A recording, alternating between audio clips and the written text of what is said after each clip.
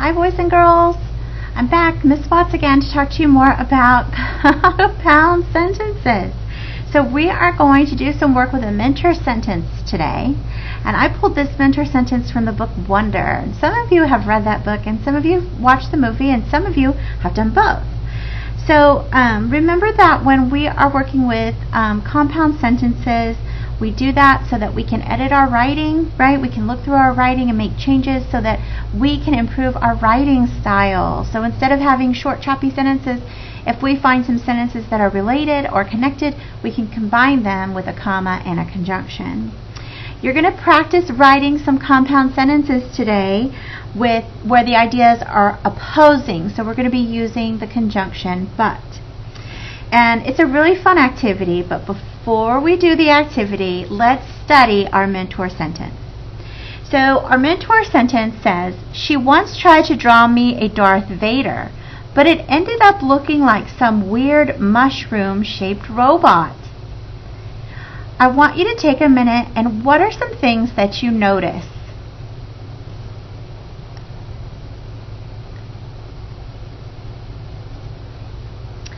You may have noticed the capital letter and the period.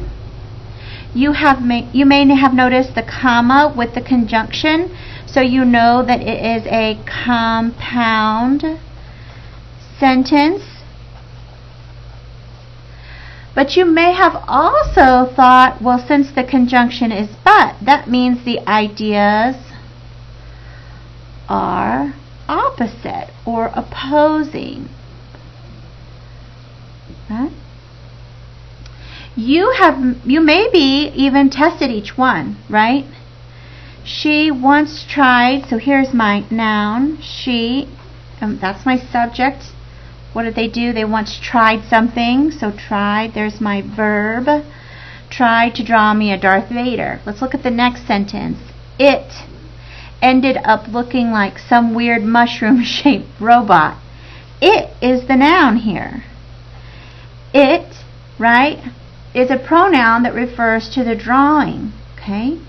So it ended, there's my verb, right? Let's check it. I ended, you ended, he ended. Well, maybe that last one doesn't make sense, but the first two did. So there's my verb. It, what did it do? It ended up looking like some weird mushroom-shaped robot, right? So this is what we're going to do. We're going to use this mentor sentence with a fun activity. And so it's going to help us write a compound sentence with opposing ideas, all right?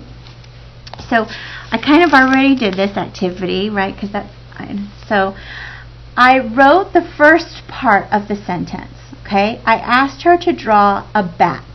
This is what I asked my friend Mrs. Venus to draw. And I gave her my notebook, and she had to put it on her head and draw a bat, okay? And this is what she drew. So now I'm going to write my second sentence underneath her drawing, okay? So I might say, it looks like a bow tie. Okay, so if I want to combine these sentences, I have to ask myself, are they related? Well, they are related, right? Because they're both talking about this drawing, right? Okay, and they're opposite because I asked her to draw a bat, one that flies, the animal bat, and what she drew looked more like a bow tie that you wear on your collar. Or maybe in your hair. So maybe I could say it look more like a bow. Maybe I'll get rid of that and just say it looked more like a bow. Okay? Alright, so now I'm going to combine these two sentences into a compound sentence using the conjunction but, because they are opposite ideas, right? They're related, but they're opposite. So I'm going to check and make sure I have two sentences. The first one, I, there's my noun, and asked, my verb. It, remember, it was that pronoun that referred back to the drawing. Looks is my verb. Okay, so I checked and proved my sentences. You can also shout them out and see if they're complete thoughts if you wanted to do it that way too. And so now I'm going to put them together. I'm going to practice putting them together. So I asked her to draw a bat. Now, what do I need after the first sentence? A comma, that's right. And then my conjunction, I'm going to use but because they are right, opposite ideas. But it looks like a bow. Period.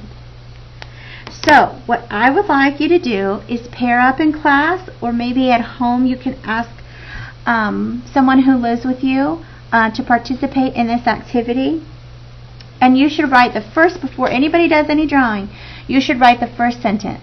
I asked him, her, my dad, my brother, whatever, to draw blank, whatever it is you want them to draw. Then give them your notebook or your piece of paper on a clipboard or whatever it might be, and have them draw. Make sure they put it on their head, right, because that's what makes this fun. Then once they draw their picture of what you asked them to draw, write the second sentence. What does it actually look like to you? And then combine them together with the conjunction but. Okay? And what I would really like you to do is take a picture and upload it. If you're a virtual student, I would love for you to take a picture, upload it, include your name somewhere on this page, and I'd love to display them out in the hall, because you still are Mountain Lions and you are a part of our school even if you are not here with us in person. Alright, so why do writers use the conjunction but? And what does it tell you as a reader? Okay? Alright, until next week.